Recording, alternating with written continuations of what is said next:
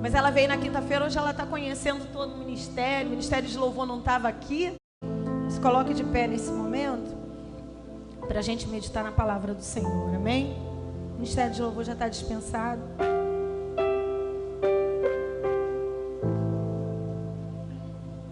Glória a Deus. Quinta-feira na campanha, né, pastor? Das 7 palavras da cruz. Vamos iniciar a campanha. Vai ser maravilhoso, irmãos. Cada quinta-feira a gente vai ter um pregador diferente. O pastor Clisaldo já vai estar aqui na outra quinta-feira, na segunda da campanha. E nós vamos convidar o máximo de pregadores de fora, que vocês veem quanto é bom, né? A gente se alimentar de forma diferente, como Deus fala. Às vezes a gente falando, já me conhece, o pastor já sabe. Ontem a gente viu, né? Tudo que a gente precisava ouvir. Veio o pastor Wander aqui, foi uma benção. Quebrou tudo, né? Glória a Deus. E nessa campanha vai ser desse jeito, as 7 palavras da cruz. Então você deve trazer visitantes, deve trazer pessoas que precisam ser libertas, amém? E conhecer a Jesus. Vamos lá. Diz assim a palavra de Deus: a ressurreição do filho de uma viúva. Pouco depois, Jesus foi para uma cidade chamada Naim, e os seus discípulos e numerosa multidão iam com ele. Ao aproximar-se do portão da cidade, eis que saía o enterro do filho único de uma viúva, e grande multidão da cidade ia com ela. Ao vê-la, o Senhor se compadeceu dela e lhe disse: não chore. Chegando-se, tocou no caixão, e os que estavam carregando pararam então. E Jesus disse: jovem, eu ordeno a você, levanta-se. E o que estava morto sentou-se e passou a falar. Todos ficaram possuídos a Deus, amém? Todos ficaram possuídos de temor e glorificavam a Deus. Diga comigo, glorificavam a Deus. Senhor, eis aqui a tua palavra nesta noite. Espírito Santo, tu toma o teu lugar neste lugar, Senhor. A obra é tua, a casa é tua, pode entrar e vir falar conosco aquilo que está no teu coração. Espírito Santo, ontem quando nós fomos saciados pelo homem de Deus que falou neste lugar aos nossos corações, o quanto nós aprendemos, o quanto nós crescemos. E hoje, Deus, foi até difícil, mas eu tenho certeza que a cada dia o Senhor tem algo novo para cada um de nós. Fala aos nossos corações, ó Pai. Fala ao coração de cada um que chegou neste lugar, sedento por Ti, precisando de uma palavra de crescimento, ó Deus. Precisando de uma palavra de libertação, precisando de uma palavra de restauração e de cura. Espírito Santo, venha falar, venha tocar, venha mudar, venha transformar. Nós te pedimos em nome de Jesus, que toda a igreja diga amém. Assente-se aplaudindo ao Senhor, amém. Glória a Deus. Louvado seja Deus. Essa palma aí foi para mim. Eu pedi para você aplaudir a Deus. Glória a Deus. Agora foi. Irmãos, as minhas 2 últimas pregações têm sido falar de Jesus. Eu, como pastor Carlos, eu gosto do Velho Testamento, gosto das epístolas. Eu prego muito Velho Testamento, epístolas. Os evangelhos, eu nunca fui muito de pregar os evangelhos, mas o Senhor tem colocado no meu coração os milagres de Jesus. E na penúltima pregação foi o paralítico de Betesda. Amém? Quem lembra? Glória a Deus. A última pregação domingo passado foi a pesca maravilhosa, que Deus falou grandemente ao nosso coração. Amém? Quem estava aqui foi abençoado, saiu daqui abençoado, sabendo que Deus nos honra no lugar da desonra. Louvado seja o nome do Senhor. E hoje o Senhor me arremeteu à viúva de Naim. Amém? E eu tenho certeza que Deus vai falar no seu coração nesta noite. Às vezes a gente procura palavras. Eu estava falando isso no domingo passado lá em casa. Eu procuro assim. No domingo passado, que foi a pesca maravilhosa, eu falei assim: Senhor, essa palavra ela não vai render 20 minutos. Vai ser uma pregação curta. E como o Senhor falou, Porque tem dia que eu estava brincando aqui, falando, né, que tem dia que a gente quer uma picanha, né, pastor? É gostoso? É ou não é, irmãos? É ou não é? Tem dia que você quer camarão, é gostoso, mas quando você está com fome é feijão com arroz que desce, que é uma beleza, né? Às vezes a gente só precisa do feijão com arroz. Mas de qualquer forma o Espírito Santo sempre prepara algo especial para nós. E o especial não precisa ser sofisticado. O especial precisa ser eficiente e cumprir o seu papel. Hoje nós vamos falar de um milagre que talvez todos conheçam. Mas eu tenho certeza que nesta noite algo diferente Deus vai falar ao seu coração. Amém? Naim era uma cidade pequenininha. Era uma cidade bem pequena e Naim quer dizer tranquilo. Diga comigo, tranquilo ou tranquilidade. Mas nesse momento em que Jesus chega à porta da cidade de Naim, e ele já vinha carregando uma multidão junto com ele, não está nada tranquilo. Não tem nada tranquilo na cidade de Naim, uma cidade pequenininha, poucos habitantes, mas por ser uma cidade pequena, todos os habitantes daquela cidade estão envolvidos em um acontecimento. E esse acontecimento é um sepultamento. E quando acontece a questão de morte e vida, é muito interessante, né? Porque quando nasce uma criança, as primeiras pessoas a saber são os parentes. E depois logo vêm os vizinhos. Não é assim? Quando o bebê chega em casa, a vizinhança chega para ver. E depois a notícia vai correndo. Hoje em dia é muito mais fácil do que antes, né? Hoje em dia, por causa das redes sociais, tudo é muito rápido. Mas antes, tudo acontecia em casa. O nascimento era em casa. Não se nascia no hospital. Hoje em dia, só se for por um, né, acidente, uma criança nasce em casa. Hoje a criança nasce onde? No hospital. Quase que 100% nasce no hospital. E assim era antigamente. E morrer também era algo doméstico. A morte acontecia onde? Em casa. Não tinha hospital. Hoje em dia é difícil. A pessoa ela morre em casa. Porque se não for por um acidente, vão morrer no hospital. Então lugar de nascimento e de morte é o hospital. Mas naquela época, lugar de nascimento e de vida era em casa. Então era algo que era doméstico. E ali toda a família, toda a população se comprometia na hora de chorar. E toda uma cidade acompanha um sofrimento de uma mulher que é mais difícil, porque ele é um sofrimento repetido. Essa mulher, ela tinha perdido o seu esposo há pouco tempo. Ela ficou viúva. Então é um sofrimento repetido. E quem está aqui nesse lugar sabe que um sofrimento repetido, ele dói mais. Um sofrimento repetido, ele causa em nós o sentimento de abandono. O sentimento de que Deus não está vendo.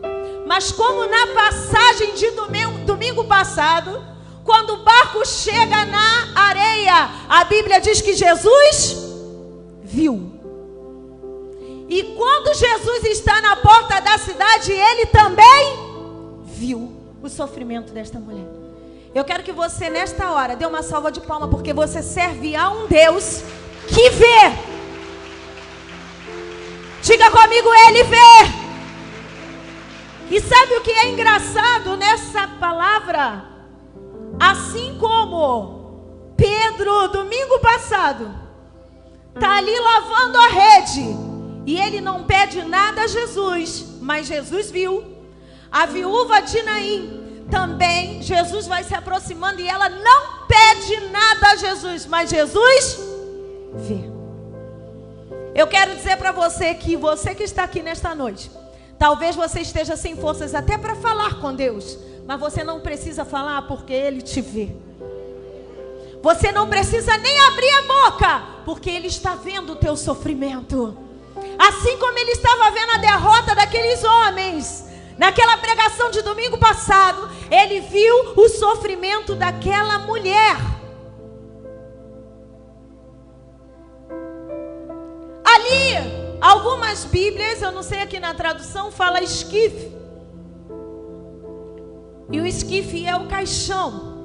Eu quero dizer para você que naquele esquife, naquele caixão, não estava apenas um filho morto, mas ali no esquife se carregava os sonhos.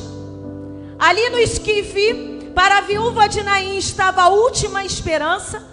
Ali no esquife estava a única perspectiva de vida para aquela mulher. Porque se você não sabe, naquele tempo a viuvez, uma mulher viúva, era um grande problema se ela não tivesse um filho. A lei hoje, na Bíblia a gente vê uma preocupação de Deus com as viúvas. Não é como hoje em dia. Hoje em dia, a nossa sociedade ampara.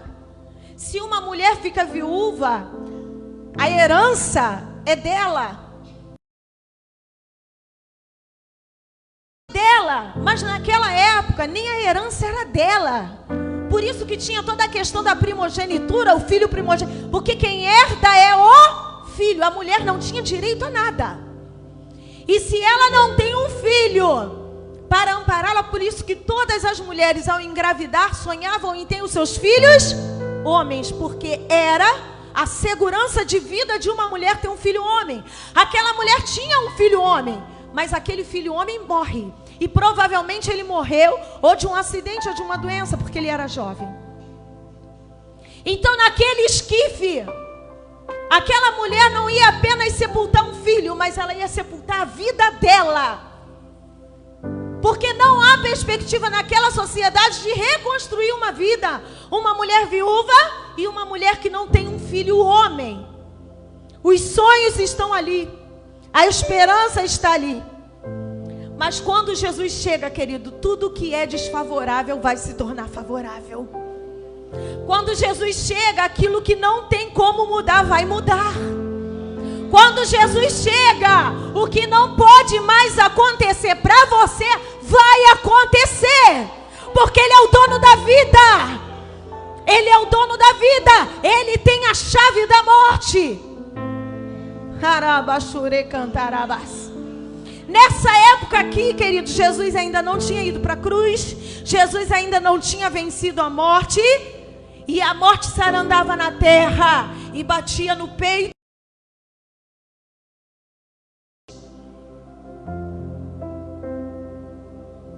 Mas eu quero dizer para você que quando Jesus chegou, Ele vê o sofrimento e se compadece dela. Nesta noite o Senhor está vendo você. Eu não sei qual é o seu sofrimento, eu não sei o que nesta noite você entrou carregando neste lugar para talvez enterrar. Talvez você pensando, não tem mais jeito, essa situação é um ponto final na minha vida. Eu não sei o que você trouxe para sepultar, mas pode dispensar o coveiro, porque Jesus te viu nesta noite. Se vai aplaudir, aplaude direito. Pode dispensar o coveiro, que Ele viu o teu sofrimento. Ele viu você trazendo um esquife com você. Talvez seja o seu sonho, talvez seja o casamento, talvez seja um emprego, talvez seja, eu não sei, querido, qual é a situação que você traz dentro do esquife. Tem uma multidão, e eu quero dizer para você que Jesus chegou e Ele viu. Jesus chegou e Ele te viu. Só 3 que sabem que Jesus viu. Jesus chegou e Ele te viu. Ah, mais gente sabe agora. Jesus chegou e Ele te viu. Entenda, a mulher, ela não pede nada, mas Jesus se compadeceu dela. Você talvez chegou nesta noite, você ainda não abriu a sua boca para pedir nada. Quem ainda ainda não pediu nada aqui? Levanta a mão aí. Eu não pedi nada ainda. Eu cheguei aqui na igreja, só adorei ao Senhor. E muitos aqui talvez tenham entrado aqui e não abriram ainda a sua boca. Mas eu quero dizer que para Jesus se compadecer, Ele não precisa ouvir. Ele precisa te ver e Ele te viu. Ele viu aquela mulher e Ele se compadeceu. E Ele dá a primeira ordem para aquela mulher. E qual é a primeira ordem? Não chores. Bota a mídia hoje da pregação. Por isso que foi aquela mídia. Você pode colocar aí a mídia do tema da nossa pregação. Vamos lendo enquanto isso, né? E vendo o Senhor, moveu-se de íntima compaixão. Algumas Bíblias diz, e Ele se compadeceu dela e disse-lhe: não chores. E o tema da pregação de hoje, nem eu lembro, irmão, tem que botar aí para eu lembrar, mas é tipo, né? A alegria chegou, foi isso? O luto terminou. Quando Jesus diz para ela: não chores. Quando Jesus diz para você nesta noite: não chores, é porque Ele já sabe o que vai acontecer. Quando Ele diz para ela: não chores, e quando Ele nesta noite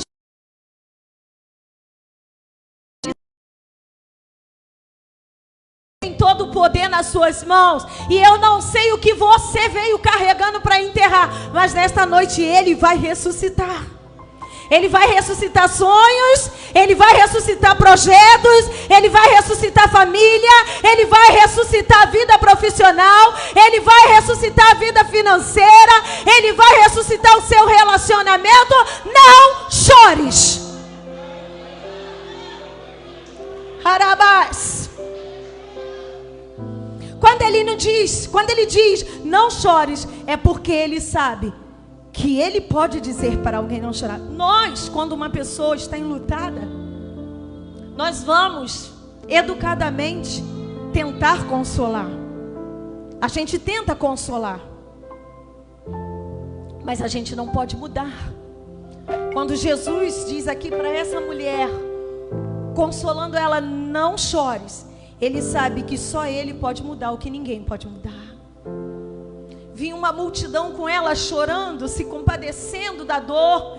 Mas eu quero dizer que quando Ele diz não chore, Ele sabe que Ele vai mudar o que ninguém pode mudar. Ele diz não chore porque Ele vai tocar aonde ninguém pode tocar. E ninguém podia tocar no esquife.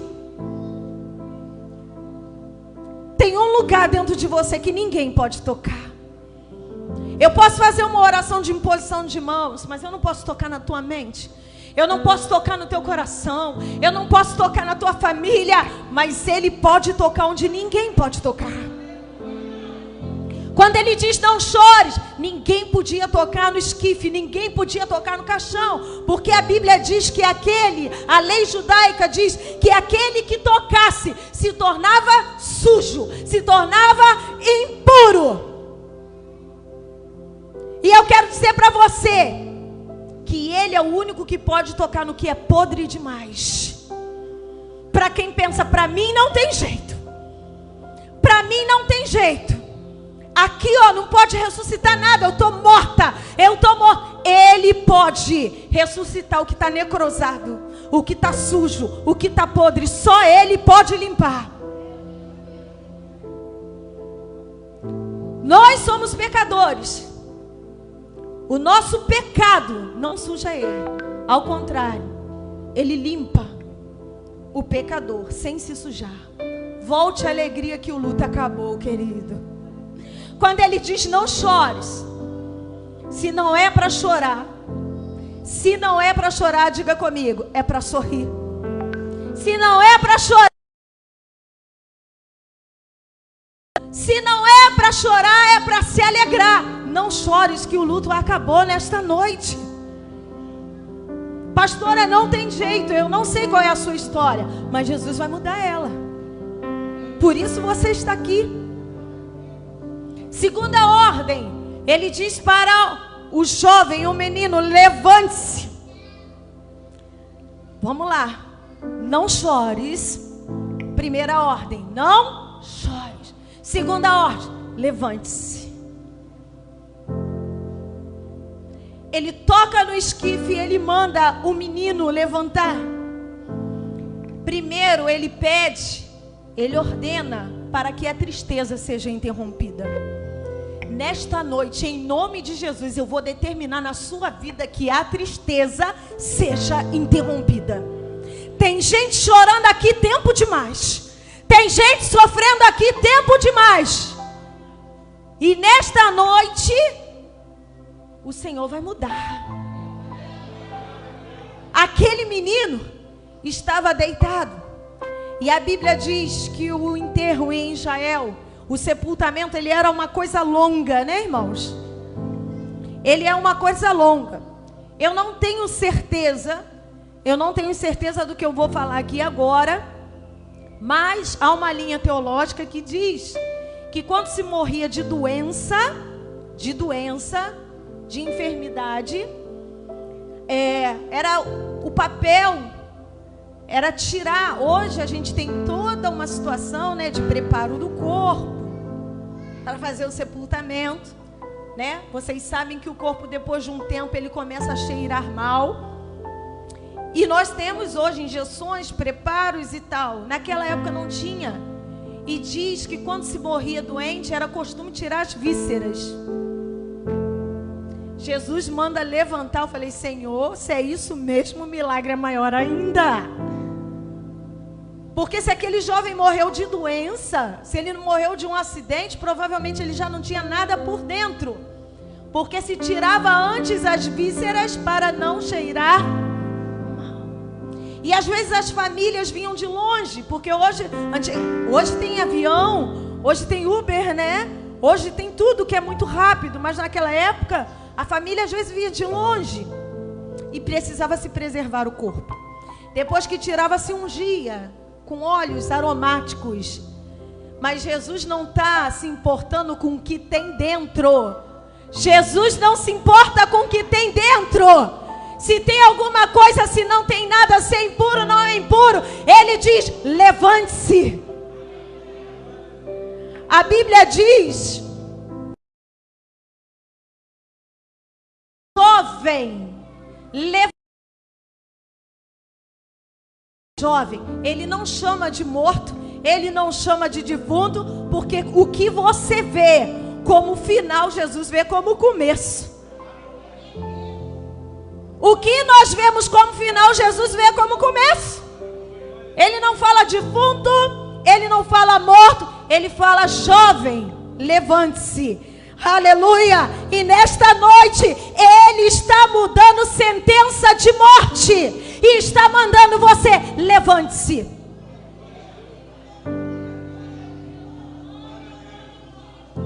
Tem gente vivendo a tristeza de sentença de morte.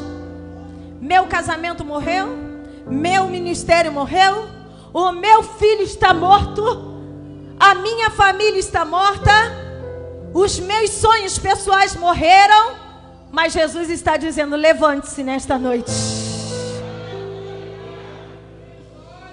Ele diz para você: cesse as lágrimas. Ele toca no que é intocável e Ele diz: levante-se. Na mesma hora, a narrativa diz que aquele jovem senta-se no caixão e começa a falar com a sua mãe. Nesta noite, o sonho daquela mulher era aquele menino. O futuro daquela mulher era aquele menino. A perspectiva de vida daquela mulher era aquele menino. E a Bíblia diz que Jesus mandou ele ir levantar. E na mesma hora ele começa a conversar com a sua mãe. Querido, o que estava morto aí dentro de você já levantou, começa a conversar. Começa a conversar. Olha, emprego, tu já é meu. Olha, minha família, tu já está restaurada. Comece a conversar, porque Jesus já ressuscitou.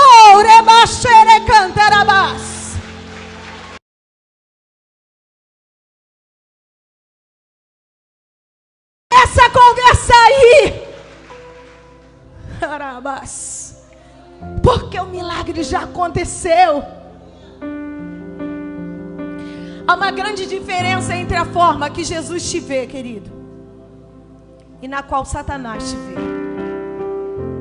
Talvez você esteja ouvindo essa palavra e fale: é para todo mundo, não é para mim, é para você. Mas para mim não, pastora, eu sou pecadora. A Bíblia diz que Jesus, Ele conhece os teus pecados. Ele conhece cada um de nós. Todos nós aqui somos pecadores. E Ele conhece os nossos pecados. Ele conhece os nossos pecados, mas Ele nos chama pelo nome. Satanás também conhece cada um que está aqui. Todo mundo Ele conhece. A diferença é que Satanás conhece teu nome, mas ele te chama pelo teu pecado. Qual é a voz que você vai ouvir nesta noite? Eu vou ouvir: levante-se. Eu vou ouvir: levante-se. Eu vou ouvir: levante-se. Porque aquela mulher era julgada pela sociedade. Todo mundo estava chorando. Mas crente não faz fofoca. Crente faz pedido de oração. Estava todo mundo ali, levando aquele caixão e falando: coitada dela, né? O que ela fez para Deus para merecer isso? Perdeu o filho, agora perdeu o marido. Essa aí deve estar mais suja do que eu não sei o que para merecer isso, né? Jesus te conhece pelo nome, querido. Eu não sei o nome da viúva de Naim, você sabe? A Bíblia não diz, mas Jesus conhecia aquela mulher. E não importa o que dizem de você, Ele vai mudar. Ele vai mudar. E se no esquife tinha algo morto, eu não sei, olhe para dentro dele, porque já levantou, já se sentou e começou a palestrar contigo. Glória a Deus. O misericordioso, aquele que nos conhece pelo nome. Nós não conhecemos nem o nome do menino, porque ele chamou jovem, mas ele conhece. E ele está aqui, ele é misericordioso, ele é bondoso. E Satanás fica: não, ele não te ama. Ele sabe que você faz isso. Ele sabe que você faz aquilo. Eu quero dizer, querido, que por merecimento nenhum de nós, né, pastor? Ninguém se salvaria. Ninguém é merecedor. Mas eu quero dizer para você nesta noite que assim como ele virou para aquela mulher que estava à beira da morte e disse: vai e não peques mais, Ele quer em você cada dia a vontade de acertar o alvo. E quando a gente acerta o alvo, a gente erra o pecado e a gente segue para Jesus. Ontem, depois daquelas 4 ministrações, eu sou uma pessoa melhor do que domingo passado. Quem sente assim? Quem sente assim, né? Gente, ontem foi tremendo. Ontem foi uma tarde tremenda. Coisas que eu fazia, eu falava: meu Deus, nem percebia que estava errado. Agora eu já sei que é. Agora a gente já sabe que é. E quando a gente sabe que é, Jesus fala: ei, vai e não faça mais. Não significa que eu vou parar de pecar, nem você, porque nós somos seres humanos, mas aquilo ali a gente não vai fazer mais. A gente já aprendeu. A vida é igual uma escola. Eu sou professora, né? No primeiro ano, você erra que o B com A faz Bá. E tem criança que você fala B com A, ela fala 2. Aí eu: Jesus, misericórdia. B com A. E ela fala 3. Não é número, é letra. Aí você vai 2 mais 1. A! Glória a Deus, né? Mas as fases. E a vida do crente tem fases. O que você lá no primeiro ano errava, você escrevia a casa e você botava Z, porque S é som de Z. E muitas vezes a gente peca até na inocência, porque a gente ainda é imaturo espiritual. A gente erra, a gente peca.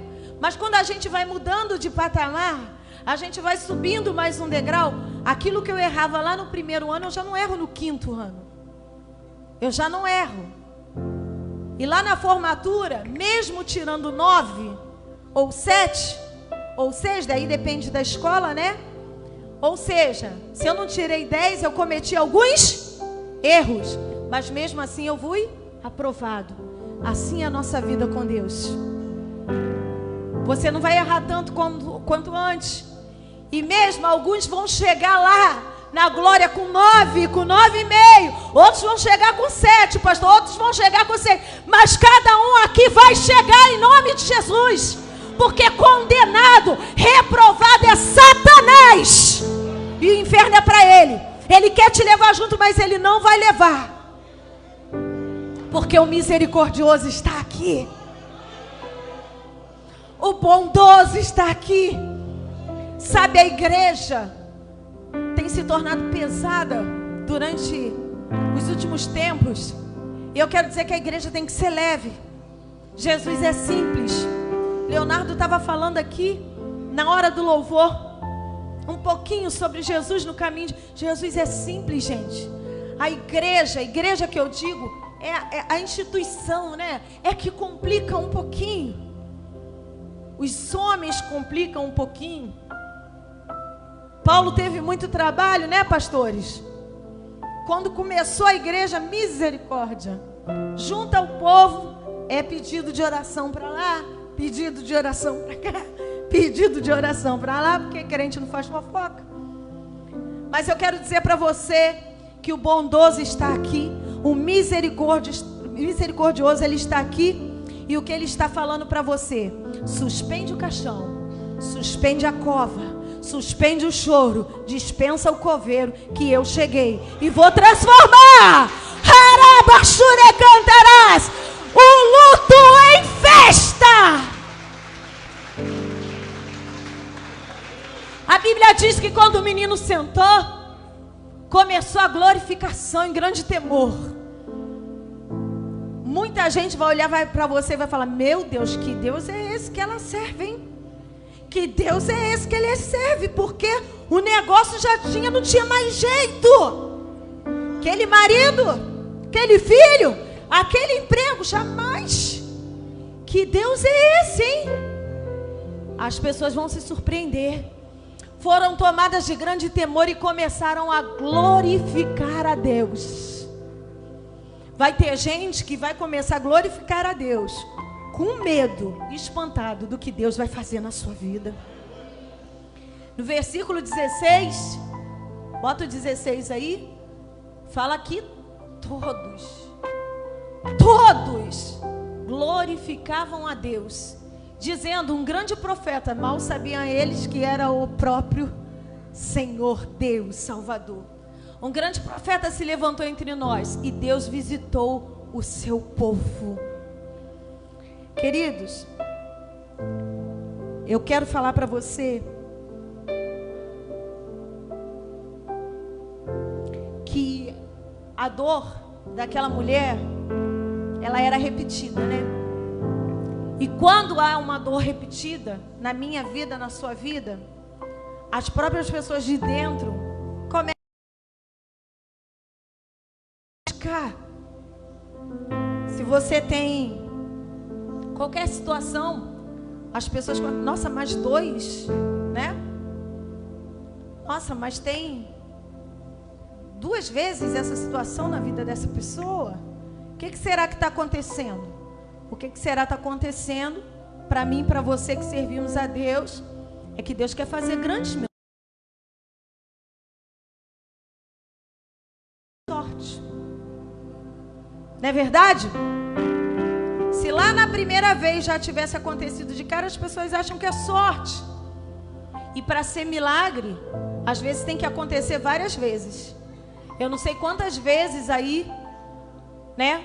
Você vai carregar um esquife e Jesus vai ressuscitar. E vai ressuscitar, e vai ressuscitar. E quantas vezes tiver, Ele vai ressuscitar. Eu recebi na minha família 3 sentenças iguais. Quem é aqui da igreja, quem está nos visitando não sabe. Quem começou a vir à igreja agora não sabe. Mas foram 3 sentenças iguais na minha família. A mesma dor foi repetida 3 vezes. Em 2016, o André passava por uma mesa cirúrgica, cirurgia de coração, duplo transplante valvar. Foram 10 horas de cirurgia, não foi, Érica? Heron tá aí? Tá lá embaixo. 10 horas de cirurgia do André. 2016. Aí, todo mundo já esperava. Quando chega 2018, eu sou surpreendida pelo meu pai. A dor se repete. E eu fico sem entender, Deus, por quê? O André eu já sabia que tinha problema de coração, que um dia ele ia ter que passar pela cirurgia. A gente acha que nunca vai chegar o dia. Do diagnóstico inicial em 2006 a 2016, quando ele trocou a válvula, passaram-se 20 anos. Eu já achava que não ia mais acontecer. Mas chegou o dia da dor. E a Bíblia diz que o dia mau vem. Entenda isso.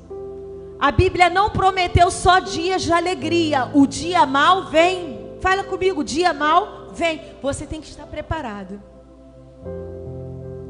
E aí, 2018, não esperava. Quando eu esperava meu pai passar mal do coração? Legume. Todo dia caminha na esteira. Tá ali. Quando o médico diz assim, ele tá todo entupido. Ginásticazinha, todo mundo sabe. Todo mundo sabe que o pastor é fitness, né? Amém? Vou aprender ainda. Ainda tem que aprender essa parte. De repente tá lá, o médico fala, ó, tem 4 locais de entupimento. Não tem jeito. E eu faço o quê? Não tem como botar estende não, vai abrir, vamos falar com ele. Eu queria que você, como filha, viesse junto. E a parte difícil lá em casa sempre sobra para quem? Não sobra pro Luciano. Cadê o Luciano? Vamos dividir isso aí, hein? Não, tadinho, né? Nunca sobra quem tá lá? Silvana, ô Jesus. E aí vamos para a cirurgia, vamos. Meu primo muito seco. Seco não, né? Faz parte da profissão dele, CTista, o Sam. Chega na hora da cirurgia e fala assim, prima, você sabe que teu pai pode ficar lá na mesa, né? A situação dele é muito difícil. O Luciano vê uma situação que ninguém vê e fica caladinho. Ninguém viu as bolsas de sangue. Ele tomou 8. A cirurgia correndo bem, mas na retirada da safena, o pastor é diabético, tem uma hemorragia. E foram 8 bolsas de sangue. Quase que ele não morre do coração e morre da hemorragia na perna. Eu não vejo, mas o Luciano vê. Sobe para lá, sobe para cá. O rapaz na porta do elevador com a caixinha, né, Luciano, do sangue. Porque o hospital não estava preparado para uma cirurgia de Ponte de Safena. Um paciente recebeu 8 bolsas de sangue. Teve que vir do Hemocentro de Niterói. O Luciano veio e fica quieto. Sabe que o negócio está ficando feio. Foi umas 8 horas, 9 de cirurgia, né? 2018. Aí chega 2019. Ano passado, eu fiz uma pregação aqui de Paulo, né? Prisão, naufrágio e serpente. 3ª vez. A igreja não sabia. Eu falei, vamos para a 3ª. E a gente recebe o diagnóstico do Luciano. 3ª cirurgia cardíaca. Meu irmão vai passar pela 3ª vez. Eu quero dizer que as 3 vezes Jesus foi para o centro cirúrgico junto com a gente. 3 vezes o anjo chegou lá e falou assim, ó, fecha a cova, o funeral está suspenso. A primeira vez, fecha a cova, o funeral está suspenso. Por quê? Porque tem gente que ora. 2ª vez, vai meu pai, fecha a cova, 8 bolsas de sangue. E 3 dias lá, 3 dias lutando para viver na noradrenalina. Só eu sei, ninguém da minha família sabe. Só eu sei que meu pai está na noradrenalina. Vocês sabem, né? Quem é enfermeira aqui? Sabe, né? Noradrenalina é o que mantém a pessoa viva. Porque se tirar a noradrenalina, a pessoa e morre. E eu perguntava ao médico, mas até quando ele vai ficar na nora? Até responder, porque ele perdeu muito sangue. E eu vinha para cá pregar a palavra de Deus. Eu saía do CTI, do hospital domingo, e vinha para cá, glorificava. Nunca passei para a igreja. Gente, hora que o negócio está feio. Como é que vai o pastor? Tudo bem. Como é que vai o teu pai? Tudo bem.